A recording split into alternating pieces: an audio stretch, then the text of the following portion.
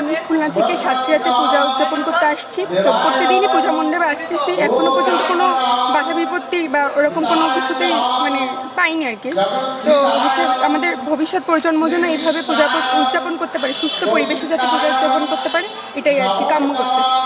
আমরা ধর্ম বিশেষে সবাই একসাথে উদযাপন করতেছি পূজা, কোনো ঝামেলা ঝঞ্ঝাট ছাড়াই আগামীতে যেন এইভাবে উদযাপন করতে পারি এটাই আশা করতেছি। আর সুন্দর পরিবেশ যেভাবে বজায় আছে এভাবেই যেন থাকে, এটাই চাওয়া। দেশবাসীর কাছে এটাই চাওয়া যেন সুন্দরভাবে এইভাবে আমাদের অনুষ্ঠানটা উদযাপন হয়। আমরা এখানে আসছি মায়ের বাড়ি মন্দিরে, আর এখানে খুব সুন্দরভাবে পূজা উদযাপন হয়। আমরা সবাই অঞ্জলি দিলাম, বেশ সবাই এখানে ঘুরছে, মজা করছে, বেশ ভালো পরিবেশ, কোনো অস্বাভাবিক কিছু হচ্ছে না। আমরা বেশ মজা করছি আর সুন্দর হচ্ছে পূজাটা এখানে। ভালোই ভালো পরিবেশে পূজা উদযাপন করছি, কিন্তু পরবর্তীবার আরও সেফ পরিবেশে পূজা আরও ভালোভাবে উদযাপন করতে চাই, যাতে নতুন প্রজন্ম আরও ভালোভাবে পূজা উদযাপন করে। সবাই মিলেমিশেই পূজা করেছে, আশা করা যায় নেক্সট বারও হবে। সুন্দরভাবে ভালো পরিবেশে পূজা উদযাপন করছি এবং আজকে অষ্টমী, এই পর্যন্ত কোনো অসুবিধা হয়নি। সরকারের পক্ষ থেকে খুব ভালো প্রোটেকশন আছে এবং আশা করব পরবর্তী প্রজন্ম যেন এমনই সুন্দর পরিবেশে পূজা উদযাপন করতে। আমি এখানে পুজো দেখতে আসছি, আমি আমার বোনের সাথে আসছি আর মা বাবার সাথে আসছি। আমার মা বাবা আমাকে পুতুল কিনে দিচ্ছে। আমরা তো যেমন রামকৃষ্ণ মঠ, বেলুর মঠ জানতে যান, বেলুর মঠে রামকৃষ্ণ পরমহংসদেব মা শারদারে।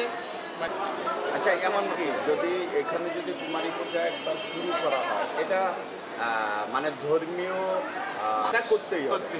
আমাদের ওই যে মসজিদে যেরকম একবার জুমার নামাজ শুরু করলে সেখানে জামে মসজিদ হয়, ওইটা মায়ের পূজা শুরু হয় সপ্তমীতে। মায়ের পূজা শুরু হয় সপ্তমীতে, কি দেবী প্রতিষ্ঠিত প্রাণ প্রতিষ্ঠা করে অষ্টমীতে অঞ্জলির পরে পুষ্পমাল্য আর সান্ধ্য পূজা, আর তারপরে এটা হচ্ছে সন্দীপ।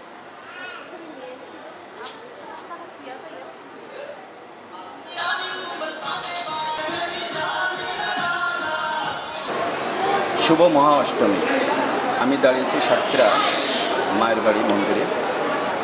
সকালে পুষ্পাঞ্জলি মাধ্যমে পূজার কার্যক্রম শুরু হয়, এরপরে পুষ্পমাল্য অর্পণ, একটু পরেই শুরু হবে সন্ধ্যা পূজা।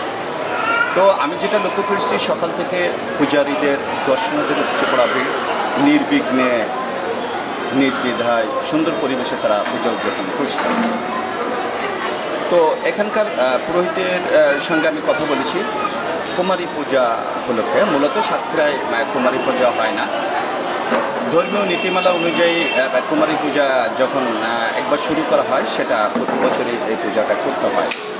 তো আমাদের সাতক্ষীরায় কোন কারণে যে কুমারী পূজাটা হয় না, সে বিষয়ে আসলে বিস্তারিত আমি ওনার কাছে জানতে চেয়েছিলাম। তো উনি আমাকে বলেছে। তো আর শারদীয় দুর্গাপূজা সাতক্ষীরায় যে নির্বিঘ্নে উদযাপিত হচ্ছে, নির্বিঘ্নে দুর্গাপূজারীরা পূজা উদযাপন করছে, এটা কোনো সন্দেহ নাই। এই ছিল সাতক্ষীরার সর্বশেষ পূজা তথ্য। Asian television, Satkhira.